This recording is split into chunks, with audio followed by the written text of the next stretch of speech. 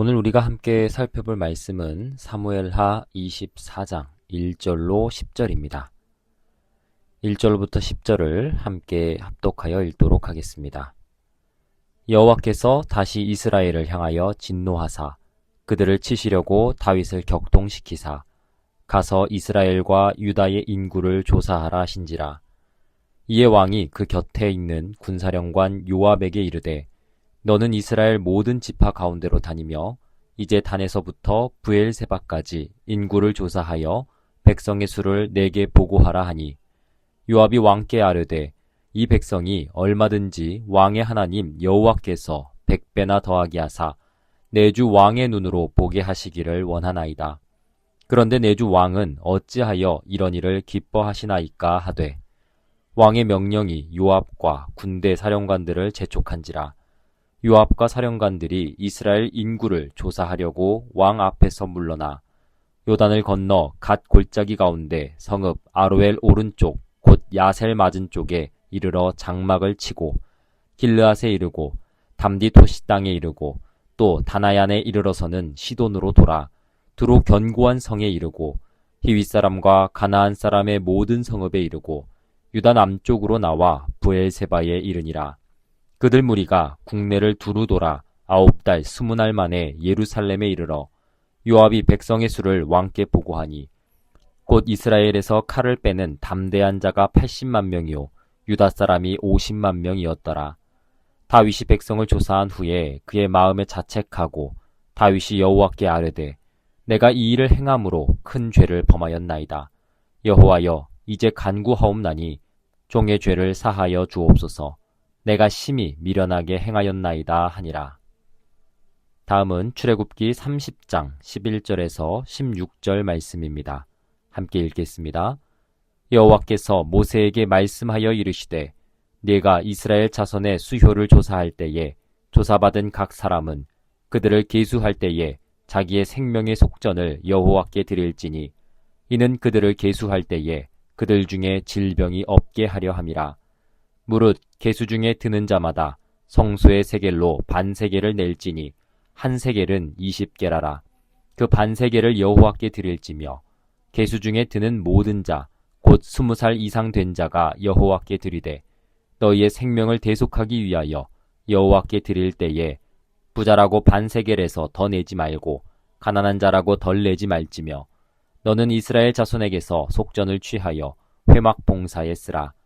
이것이 여호와 앞에서 이스라엘 자손의 기념이 되어서 너희의 생명을 대속하리라. 아멘. 함께 따라 하십니다. 오직 예수님, 하나님의 은혜와 평강이 충만하기를 소망합니다. 오늘 말씀의 제목은 누구의 백성을 세고 있습니까? 로 함께 살펴보려고 합니다. 이번 한 주 주님과 어떠셨습니까? 다시 또 다른 질문으로 바꾸어 질문을 드리면 이번 한 주 무엇을 의지하셨습니까? 사람은 무엇을 의지하는지를 드러낼 때 흔히 계산이라고 하는 방법을 사용하곤 합니다. 계산은 기업의 경우에는 매출을 이야기하는 것일 테고 우리와 같은 군 안에서는 병력, 이것을 계산하며 가정과 개인은 통장 및 예산을 계산하지요. 계산한다는 건 관리적인 측면에서는 필요한 것이 맞습니다. 하지만 앞서 언급한 그런 대상들이 계산한다라고 하는 것이 의지하는 것 때문이라면 문제는 달라집니다.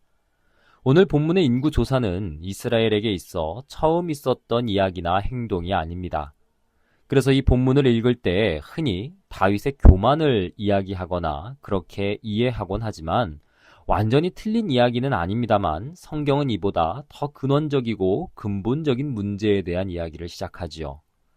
우리가 사무엘상을 시작하면서 이스라엘에 왕이 없다는 우리의 고정관념이 곧 1대 왕 사울이 세워진 이유라고 생각합니다만 이스라엘은 사울의 백성도 또 그 다음 2대 왕이었던 다윗의 백성도 아니었습니다. 이스라엘이라고 하는 이름 뜻에서 알다시피 곧 하나님이 함께 하시는 백성, 그것이 이스라엘의 존재 이유였죠. 그런데 본문에서 다윗은 이 백성을 계수하고 있습니다. 그리고 이에 대한 이유가 1절에 기록되어져 있죠. 즉, 우리가 읽은 이 1절의 본문은 단순한 계수의 이야기, 또 그로 인한 다윗의 실수가 아니라 인간 왕이, 하나님의 대리 임무를 맡은 다윗이 지금 누구의 자리에 앉아 있는가에 대해서 이야기하는 내용인 겁니다. 아마 이렇게 이야기하면 쉽게 이해가 되지 않으실 수도 있습니다. 다윗 왕이 왕이지 않냐? 이 궁금증. 이것은 하나님이 아담과 하와를 비롯하여 당신의 형상들에게 주셨던 자유와 그 위에 분명한 명령이 있었음을 기억하면서 오늘 본문을 이해해 보기 원합니다. 그래서 첫 번째, 하나님의 것을 내 것처럼 계산하기 시작할 때 죄가 시작됩니다. 본문 1절은 사실 사건의 시작이 어떻게 된 것인지 분명하게 기록하고 있습니다. 하나님이 이스라엘에게 진노하셨고 이에 다윗을 격동시켜 이 문제가 발생했다고 말씀하시죠. 이와 동일한 내용을 기록한 역대상 21장 1절은 이렇게 이야기합니다. 사탄이 일어나 이스라엘을 대적하고 다윗을 충동하여 이스라엘을 계수하게 하니라. 뭔가 좀 이상하죠? 모순된 듯한 기록처럼 보입니다. 근데 사실 모순이 아닙니다. 하나님의 통치와 주권 아래에서도 인간은 자신의 욕망을 구현하고 충분히 언제나 빗나갈 수 있지요. 사탄은 이 무지몽매한 또 욕심 많은 인간의 틈을 놓치지 않을 뿐입니다. 더 쉽게 이야기하면 누구 때문에가 아니라 나 자신의 죄성에 대해 하나님께서는 이것을 지금 용인하셨고 묵인하셨으며 사탄은 이것을 충동하여 사용했다는 것이죠. 우리의 매일 하루가 그렇습니다. 우리가 기도하는 이유는 주어진 문제 해결만이 아니라 또 기복에 빠져 오늘 하루를 잘 먹고 잘 살고 안녕하기만을 바라는 것이 아닌 깨지고 부서지며 단절된 세상을 이어붙이셨고 화목의 길을 열어놓으신 예수 그리스도를 통해 하나님 앞에서 우리가 세상으로 휩쓸리지 않기 위함입니다. 그것이 어쩌면 예수님께서 말씀하셨던 것처럼 먼저 그의 나라와 그의 의를 구하는 길인 것이죠.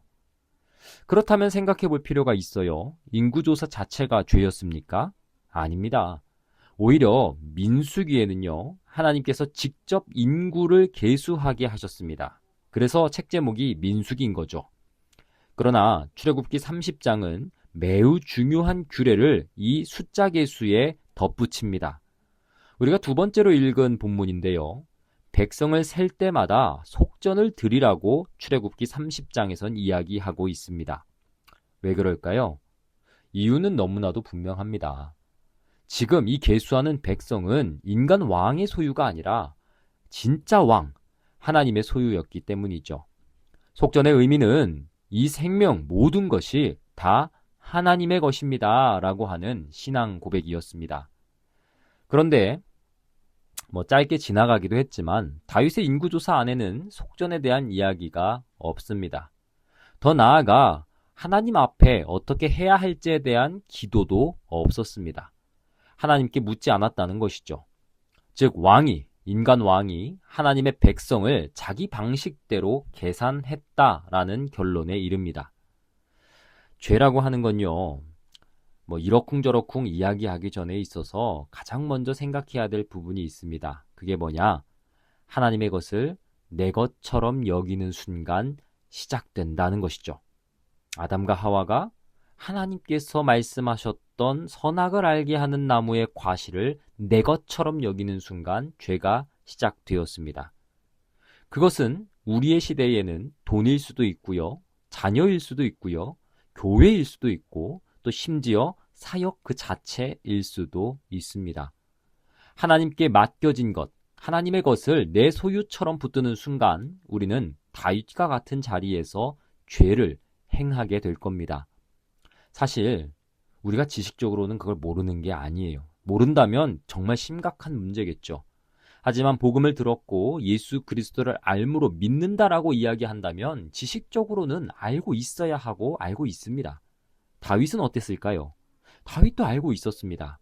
시편 24편 1절의 내용을 한번 읽어보겠습니다. 땅과 거기 충만한 것과 세계와 그 가운데 사는 자들은 다 여호와의 것이로다. 아멘. 지금 다윗의 고백을 통해 모든 것이 다 하나님의 것이다라고 이야기하는 내용을 찾아볼 수 있어요. 근데 그럼에도 다윗은 무너졌습니다.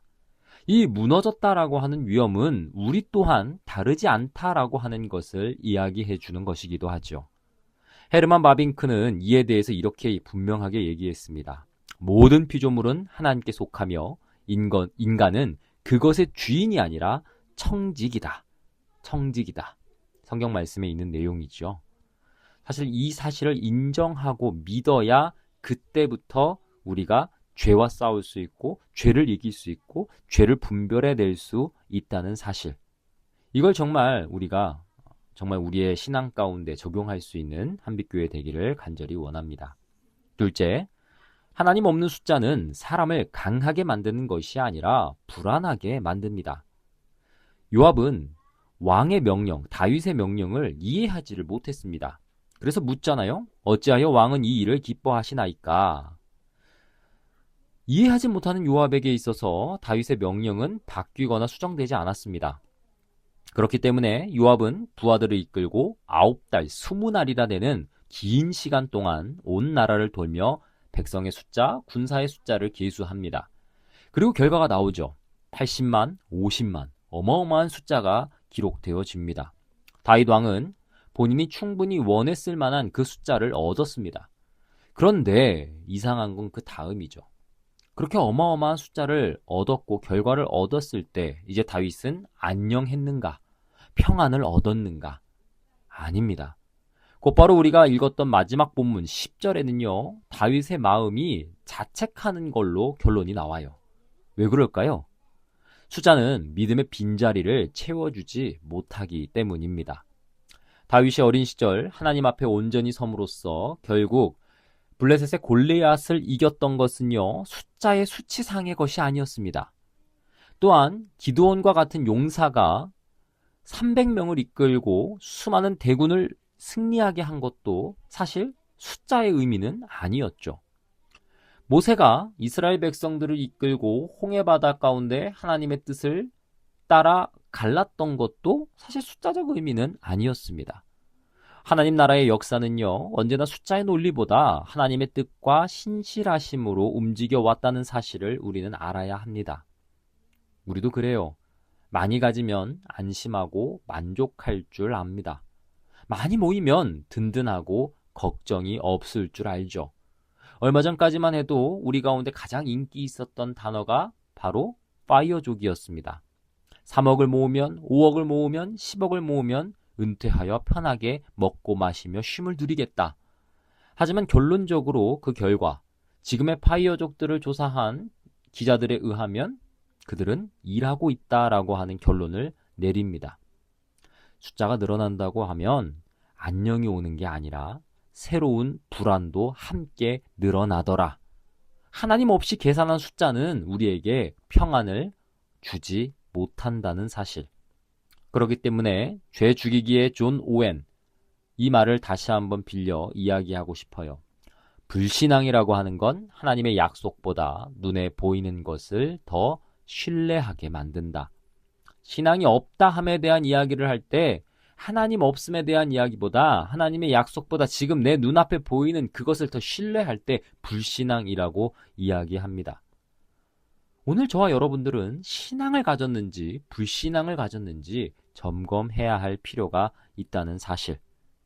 하나님 없는 숫자는 사람을 불안하게 합니다. 이 사실을 기억하기를 간절히 원합니다. 셋째, 실패한 왕은 백성을 계수하지만 참된 왕은 어린 양을 준비하십니다.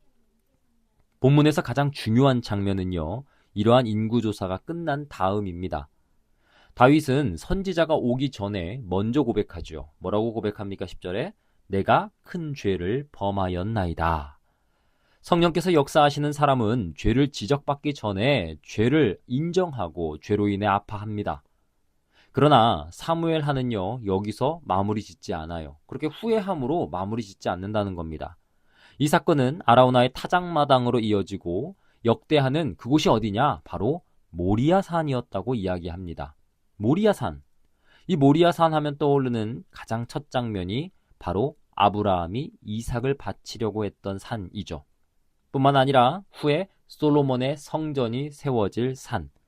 하나님께서는 죄인을 그 가운데 만나셨습니다. 이것을 우연이라고 이야기할 수 있겠습니까?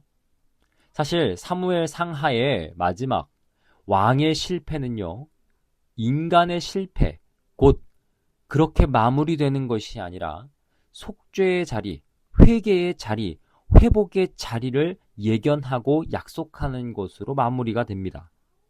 여기서 우리는 중요한 점을 생각해 볼 수 있어요. 왕 다윗은 분명히 실패했었습니다.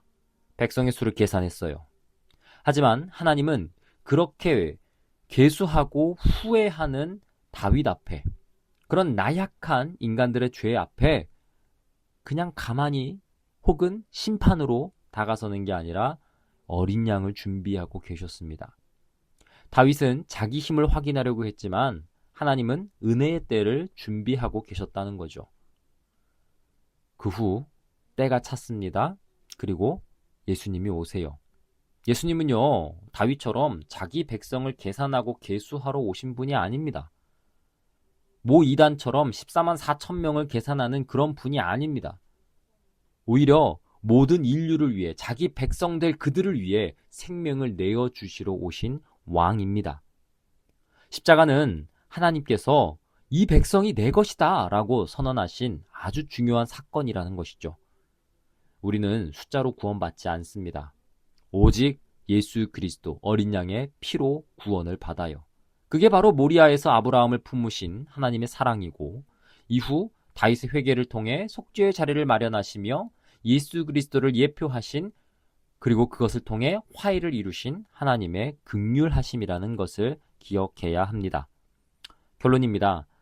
우리는 무엇을 계산하며 살아가나요? 통장입니까? 성과입니까? 어떤 교회의 규모나 사역의 열매입니까? 하나님은 오늘 숫자를 묻지 않으세요. 근데 분명하게 말씀하시는 게 있습니다. 그게 뭐냐? 지금 그것은 누구의 것이냐? 이거죠. 다윗은 하나님의 백성을 자기의 숫자로 만들려고 했습니다. 하지만 하나님은 죄인을 자기 백성 삼기 위해 오히려 당신의 독생자를 내어주셨습니다. 그래서 우리의 소망은요, 눈에 보이는 숫자에 있지 않아요. 거기에 우리가 빠지는 순간 하나님의 의도와는 완전히 멀어집니다.